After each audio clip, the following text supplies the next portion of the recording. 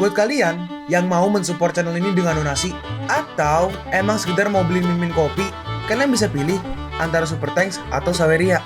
Gue sih nggak masalah kalian pilih yang mana. Cuma kalau bisa lewat Saweria aja. Soalnya kalau YouTube potongannya gede 30%. Kalau Saweria cuma 5%.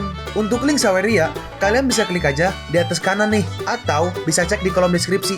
Tapi kalau mau support gak harus donasi kok. Dengan kalian nonton sampai habis dan memberikan like pada video ini, itu udah ngebantu banget buat support channel ini. Oh iya, kalian juga bisa join nih ke grup Telegram komunitas cerita manhwa yang baru. Untuk linknya gue tampilin di layar ya. Tapi kalau malas ngetik, cek aja kolom deskripsi. Di sana kalian bisa sharing nih topik seputar manhwa dan kawan-kawan, dan juga ketemu teman baru. Kalau mau info terbaru dari Mimin, misalnya upload kapan atau misalnya ada telat upload, Mimin pasti akan langsung infokan di Telegram. Makanya jangan lupa join ya. Gak perlu berlama-lama lagi, kita mulai aja ceritanya. Dan dia memanggil seperti sebuah entah skeleton atau lich yang membawa sebuah sabit. Apakah itu pemanggilan arwah? Memanggil para dewa hukum dunia. Ada sangat sedikit orang bijak hebat di dunia yang dapat dikenali oleh para dewa dan memberikan kekuatan hukum. Dan dewa kematian yang bertanggung jawab atas kehidupan hidup dan mati juga merupakan keberadaan yang ditakuti di antara para dewa. Kumpulkan semua kehidupan. Ada serangan yang tak terhitung jumlahnya di dunia. Tidak perlu bertarung dengan serius. Saya meminta pengajaran dari Saint. Lalu si guru memancarkan aura ke arah mereka. Si anak berkata, sangat dingin di sini. Apa yang terjadi? Lalu Ling Yun memberikan sebuah skill. Lebih tepatnya memberikan sebuah seperti perlindungan ke anaknya. Ling Yun bertanya, gimana? Apa kau sudah merasa lebih baik? Sudah gak dingin lagi. Lalu si tanda kutip guru ini, dia langsung maju menyerang menggunakan skeletonnya ke arah Ling Yun. Apa itu pemanggilan arwah? Aku pernah mendengar tentang sihir oriental. Apa itu transformasi spirit? Lalu si Ling Yun, dia hanya memunculkan sebuah cahaya. Hah, ini adalah... Tapi ternyata bukan cuma cahaya. Ling Yun memunculkan seperti Buddha ya, yang memiliki 6 tangan. Summon God of the World. Ini mustahil. Lalu ternyata dibandingkan dengan si iblis tadi yang dipanggil, bahkan gak sebesar tangannya. Dan si iblis ditepok seperti nyamuk. Dan si arwah pun langsung kalah. Ling Yun berkata, beritahu rajamu, Saint memberikan peringatan terakhirnya. Selama aku ada di sini, kerajaan ini ada dalam perlindunganku. Jangan pernah berpikir untuk meletakkan jarimu di sini. Iya, udah, cepat pergi. Setelah kembali, lebih baik kau cari tahu bagaimana Pangeran Paiye kalian dibunuh 12 tahun yang lalu. Baik, dan mereka pun langsung terempas jauh. Lalu akhirnya situasi sekarang kelar. Wah, Mama, apa kau sudah merencanakan agar Papa menyelamatkan kita hari ini? Aku juga gak tahu. Utusan raksasa datang tiba-tiba. Bagaimana yang mulia tahu tentang itu? Aku tiba-tiba. Oh, hah? Kenapa? Anaknya berkata, yeay, Mama, aku mendapatkan jackpot. Aku menebaknya dengan benar. Ternyata dia benar-benar ayahku, bukan? Hah? Ya, itu benar. Dia adalah ayahmu. Yeay, akhirnya aku menemukan ayah. Mama, soal ketampanan ayah biasa aja. Otaknya pun bodoh, tapi dia kuat banget. Bagaimana Mama bisa memilih ayah? Ling Yun berkata, halo, apa kalian bicarakan di depan orangnya? Mungkin waktu yang tepat, tempat yang tepat, dan orang-orang semua bertemu pada waktu yang tepat. Sedangkan dia gak paham sama sekali. Ling Yun berkata, hey, jangan abaikan aku seolah tidak ada. Situasi apa ini? Sungguh, kau gak ada belas kasihan sama sekali. Set rock sutra surgawi ini hanya ada satu, dan inilah satu-satunya. Dan ini terpotong oleh aliran udara yang baru aja kau lepaskan. Pertama-tama, temani aku dulu ke kamar tidur untuk berganti pakaian. Hah? Udah, ayo. Ini kenapa si bocil senyum-senyum, jir? Tunggu aku, Papa, Mama. Dan akhirnya di kamar tidur, Anaknya bertanya, kenapa Papa nggak melihatnya? Mama cantik sekali bukan? Anak kecil sepertimu membicarakan apa? Pertama-tama kau harus belajar tata krama dulu. Anaknya merespon, tapi laki-laki di luar sana selalu memelototi Mama. Itu berarti Mama sangat menarik. Ling Yun bertanya, apa yang biasanya ibumu ajarkan? Gunakan semua pesona milikmu untuk menaklukkan lawan jenis. Berjuang keras dengan kelembutan. Hukesim berkata, ya, putrimu sangat cepat belajar. Ling Yun berkata, bagaimana bisa kau mengajarkan anak-anak hal seperti ini? Kesim merespon, si kecil ini belajar cepat. Anak harimau dan anak kera besar semuanya patuh kepadanya, dan mereka selalu mengikuti dia.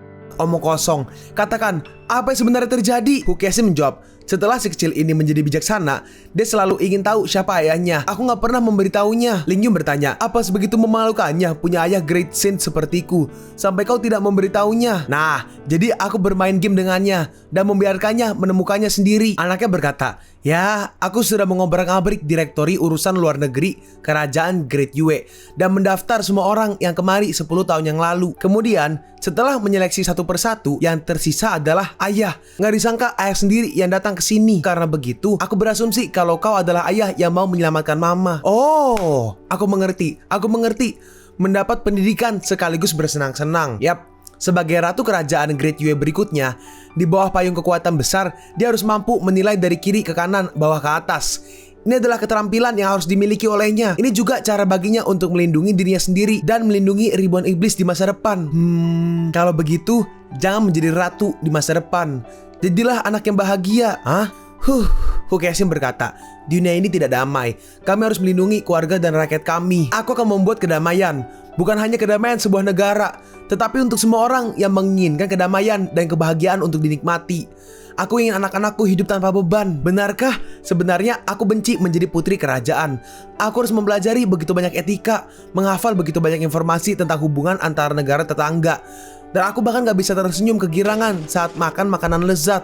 12 tahun yang lalu, ketika kau mengatakan ini, orang-orang menganggapnya sebagai lelucon yang diceritakan oleh seorang pemuda yang bermimpi. Sekarang, aku menantikan hari itu akan menjadi kenyataan. Tunggu. Tidak, katakan yang sebenarnya. Kau belum memberitahuku. Apa yang telah kau lakukan padaku? Kenapa aku tidak bisa mengingat apapun saat itu? Mama, apa kau menggunakan trik kepada ayah seperti yang diharapkan dari putriku? Kau memang pintar. Trik apa? Kerajaan Great Yue telah didirikan selama ratusan tahun. Tidak hanya mengandalkan keberanian, tetapi juga memiliki keturunan yang kuat. Dan tujuan utama kami adalah persahabatan dan kekuatan terlebih dahulu. Kedua, melihat. Tetapi sebagian besar dari orang-orang target itu luar biasa, tak terkalahkan, dan sangat menarik perhatian. Jadi kami menggunakan beberapa metode untuk terikat, seperti hubungan pernikahan, ataupun segala hal yang bisa mengikat. Jika tidak begitu, bagaimana kami membuatnya menjadi kenyataan? Mama mengatakan bahwa aku adalah rubah ekor 9. Aku memiliki pesona alami dan sangat memukau. Tapi yang paling kuat adalah jiwaku. Bakat bawaanku adalah memesona. Aku hanya bisa melakukannya sekali seumur hidup. Mereka yang terpesona bisa dimanipulasi sesuka hati. Mama, 10 tahun lalu, meskipun papa sudah kuat, tapi masih ada celah antara dia dan para master top saat itu. Kenapa kau memilih dia? Iya, benar. Kenapa kau menggunakannya pada aku? Itu memang hanya bisa digunakan sekali. Dengan keterus-terangan dan keberanian seseorang, aku langsung terpikat. Kalian wanita emang sangat berbahaya. Hu Kexin berkata, apa itu? Kecuali aku dan Yehuan, apa masih ada orang lain? Coba katakan. Iya, kami juga ingin mendengar cerita dari papa. Dan akhirnya diceritain semua tuh. Semuanya dikasih tahu, dari mulai si Fan Shui sampai si Yehuan juga. Lalu 1 jam kemudian, terus tiba-tiba anaknya berdiri. Karena gak satu pun dari mereka ada yang mau menikahi papa, sebaiknya mama dan papa yang menikah terlebih dahulu. Hu Kexin berkata, itu gak baik. Kenapa? Pernikahan antara pemimpin kedua negara itu melibatkan lebih dari sekedar mereka berdua. Ketika kepala negara menikahiku, itu setara dengan penggabungan kerajaan Great Yue ke daratan Cina. Pasukan oposisi di kerajaan Great Yue tidak akan pernah mengizinkannya, dan akan ada resiko menyebabkan perang saudara di kerajaan Great Yue. Hu Kexin menambahkan, itu benar. Sangat tidak mungkin untuk membuat Great Saint bergabung dengan kerajaan Great Yue. Daratan Cina baru aja damai, dan Great Saint adalah pemimpin di sana. Jelas-jelas aku sudah menemukan seorang ayah, tapi aku masih harus menjadi anak malang tanpa ayah. Aku benci kalian. Dan anaknya pun langsung kabur. Tunggu. Tapi tiba-tiba ditahan sama Hu Kexin. Apa? Inilah yang harus ditanggung untuk dilahirkan ke keluarga kerajaan. Dia seperti ini. Begitu juga aku dan juga ibuku. Tapi ini sebuah keberuntungan untukku, karena aku bisa memilih ayah dari anakku. Ling Yun berkata, dia hanya anak-anak. Sebagai orang tua, aku mengkhianatinya. Oh, aku punya ide. Sebelum kau pergi, temani dia dulu. Saat dia tahu bahwa kau adalah ayahnya, sebenarnya dia sangat senang. Dari mana kau mengetahuinya? Kami rubah saat kami bahagia. Ekor kami akan bergoyang tanpa sadar. Ekor kami lebih jujur daripada mulut. Apa kau juga sedang bahagia? Saat ini memang sedikit. Dan ternyata anaknya duduk di atas genteng dan Lin Yun menghampirinya. Hus. Lin Yun ingat akan perkataan. Lalu melihat ekor dari anaknya, Lin Yun teringat akan perkataan si Hu Kexin. Kami rubah saat kami bahagia, ekor kami akan bergoyang tanpa sadar. Ekor kami lebih jujur daripada mulut. Lin Yun berkata, maaf. Permintaan maaf untuk apa? Kalian orang dewasa berpikir ribet. Aku hanya seorang anak-anak. Aku nggak tahu bahwa itu semua wajar. Dalam hati Lin Yun, jika ibu rubah tidak mengatakan bahwa anaknya sebenarnya sangat senang saat mengibaskan ekornya, mungkin aku akan sulit memahami perasaan anak ini. Anaknya berkata, kenapa kau menyentuh kepalaku? Aku tidak mengenalmu. Kau hanyalah ayah biologisku. Lin Yun berkata, untuk pertemuan pertama, aku ingin memberimu sebuah hadiah. Apa yang kau inginkan? Sungguh, apapun yang aku inginkan. Aku mau bintang. Baiklah, aku akan memilihkan satu untukmu. Ikutlah denganku. Dan akhirnya di sini, si Lin Yun menggunakan sebuah skill dan anaknya bisa terbang. Hah, aku terbang. Aku terbang. Lalu setelah itu, mereka pun langsung terbang ke atas dan di sini mereka lebih dekat ke bulan.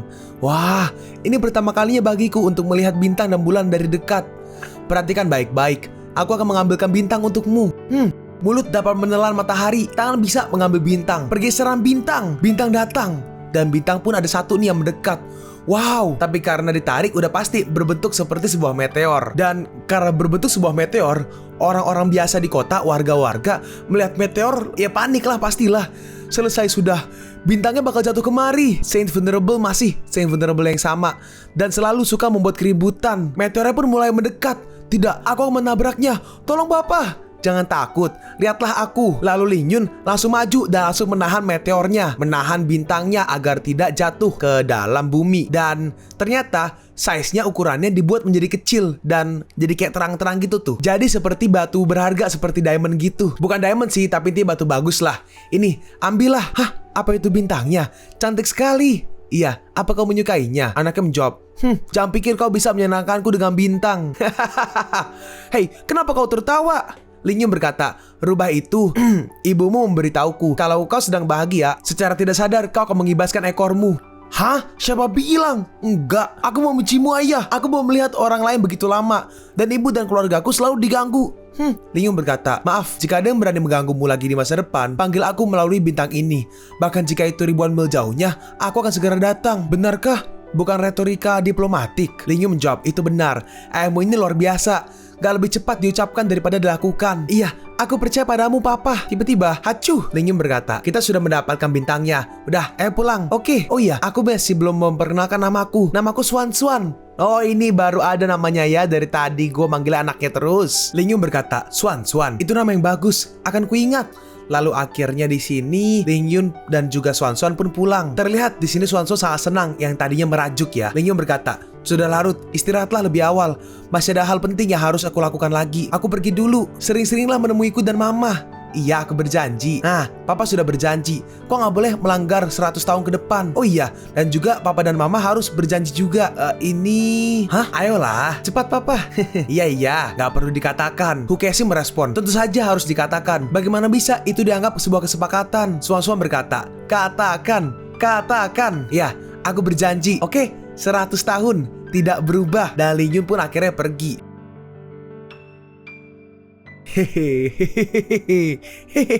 Hah? Tunggu, enggak. Apa yang terjadi padaku? Kenapa aku begini lagi? Pikiranku menjadi kacau. Tarik nafas dalam-dalam.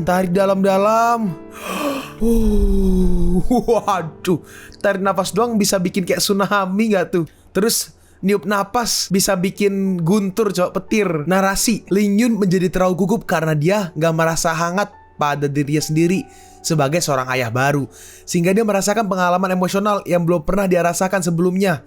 Secara nggak sengaja mengembangkan mantra transenden baru. Tiba-tiba aku menjadi sangat gugup. Mendadak aku punya 3 anak dari 3 wanita yang mustahil. Aku belum siap sama sekali. Bagaimana aku melakukannya dengan mereka? Oh iya, benar juga. Mari diskusikan dengan Wen Yufeng. Wen Yufeng. Dia disebut konselor yang tidak tertandingi yang melampaui langit. Dah, pergi. Dan terlihat ya, ada sebuah rumah di atas seperti sebuah tebing atau pegunungan gitu. Lin Yun pun sampai di sana. Tunggu, apa yang harus kukatakan pada pria ini? Tiba-tiba pintunya kebuka. Wen Yufeng bertanya, bukannya kau biasanya mendobrak pintu dan masuk begitu aja? Apa yang terjadi kali ini? Itu, dah, sini, coba kesini, ceritakan sambil makan. Terus dinyalain apinya biar jadi sebuah hotpot. Cuma kamu yang bisa menggunakan papan catur Shenluo sebagai pemanggang hotpot. Untuk penyatuan daratan Cina, aku telah kehabisan perhitunganku. Dan sekarang aku kembali ke ranah perhitungan manusia. Penggunaan papan ini untukku nggak lebih dari pemanggangan, minum anggur, dan menikmati diriku sendiri. BTW itu yang ngomong si Wen Yufeng ya. Karena rambut sama-sama putih jadi mirip. Tapi Wen Yufeng rambutnya panjang. Nah, baru saya ngomong itu Wen Yufeng. Dalam hati, yang seharusnya Ling Yun sejak zaman kuno, ahli strategi memiliki cita-cita mereka sendiri. Buka dan tutup secara vertikal dan horizontal. Ubah nasib melawan langit, jadilah akal dan tegas. Tapi orang ini telah mengangkat ranah konspirasi dari konspirasi manusia ke titik kekejaman. Konspirasi manusia, konspirasi dewa. Tetapi di masa depan, semua konspirasi menghadapi kekuatan komputasi yang gak ada habisnya, tidak bisa tandingannya. Tapi setelah perhitungan ini, dia kehabisan daya komputasi hidupnya dan kembali ke ranah perhitungan manusia dari surga. Ling Yun berkata, ini baru awal. Ada banyak hal yang menunggu untuk kita lakukan, tapi hariku sudah berakhir hari ini. Aku hanya bisa mengandalkanmu dan saudara lainnya di masa depan. Aku menemukan sebuah pondok jerami. Kau bisa mengunjungiku dan berbicara denganku kalau kau perlu sesuatu. BTW itu flashback ya. Kenapa? Apa yang salah padaku? Kenapa? Apa kau baru aja bertemu teman dan dia mengalami masalah baru-baru ini? Oh, tepat, betul sekali. Apa itu berhubungan dengan cinta dan memiliki seorang anak? Betul. Hah? Loh, kenapa kau bisa tahu? Apa ranah perhitunganmu sudah kembali lagi? Enggak, coba ceritakan tentang temanmu ini. Temanku sahabatku yang selalu disibukkan dengan pekerjaan, tidak pernah berkomunikasi dengan lawan jenis. Namun dia tiba-tiba menemukan bahwa dia memiliki anak dengan wanita yang paling tidak mungkin. Dia sama sekali nggak tahu harus berbuat apa. Dia meminta nasihat dariku. Kau juga tahu kan, aku ini melajang sumber hidupku. Mana mungkin aku tahu tentang hal begini. Ini sudah mengalahkan cerita sinetron di televisi. Ayo lanjutkan. Jadi menurutmu apa yang harus kulakukan? Aku gak bisa membantu banyak. Karena orang itu meminta tolong pada aku dan mempercayaiku, aku harus membantunya dengan sesuatu. Jadinya aku datang ke sini untuk menemuimu. Tolong berikan aku beberapa ide. Lihatlah betapa baik dan hangatnya saint kita ini. Bukan karena kehancuran dunia, peristiwa yang mengancam jiwa, dan bukan sesuatu yang mendesak untuk dicemaskan. Ling Yun berkata, menembakkan pisau di antara kedua sisi saudara harus dibagi. Jika sesuatu terjadi padamu, aku juga sama cemasnya. Wen Yufeng berkata, iya, aku memiliki pemahaman yang mendalam tentang antusiasme kuno milikmu. Lepaskan. Tubuh kecilku gak bisa mengatasinya.